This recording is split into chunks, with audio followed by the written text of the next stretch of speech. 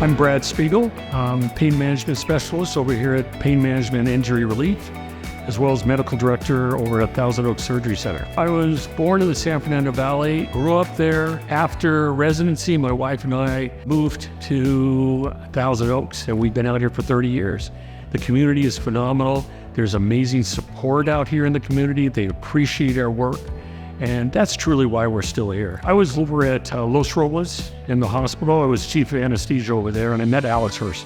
And Alex and I hit it off right away. We had the same philosophy on life and the same philosophy on medicine. We did some cases together and we joined up. We decided to go into the practice together. And together we flourished and we built this place. We designed it. We've been in practice now together about 16, 17 years. In the hospital, you're restricted not only by the policies of the hospital, but the mentality in the hospital. In this setting, we get a lot more personal care to the patients, a lot of interpersonal relationships with the patient. My philosophy, which is why Dr. Herschel and I get along so well, we have similar philosophies, which is we want to get to know the patients. We want to actually have an interpersonal relationship with them, know the history of how the pain started, what direction we can go, and give realistic expectations for the patients and deal with it not only interventionally, but personally. Originally, I was going to be a general surgeon. I went to a general surgery program. I was recruited by UCLA for anesthesia and pain, and I was actually drawn towards anesthesia and pain management because of the interpersonal relationship with the patient. And that's where in pain management, it's not just pharmacology and giving a pain med or interventionally sticking needles in, but dealing with the psychology involved as well, and giving realistic expectations to the patients on what to expect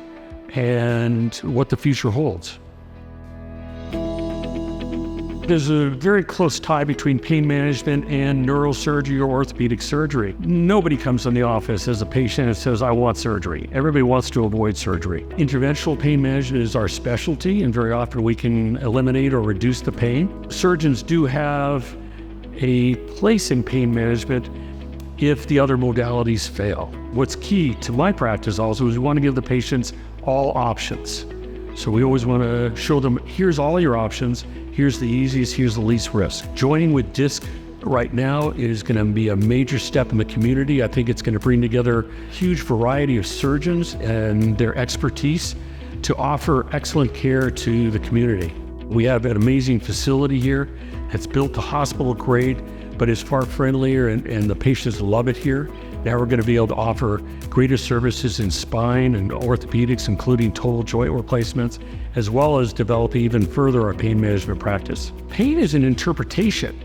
By definition, pain is an electrical signal that's being interpreted by your brain. And that's it. There may not be something physical you'd see, but it's an interpretation of a signal going to the brain.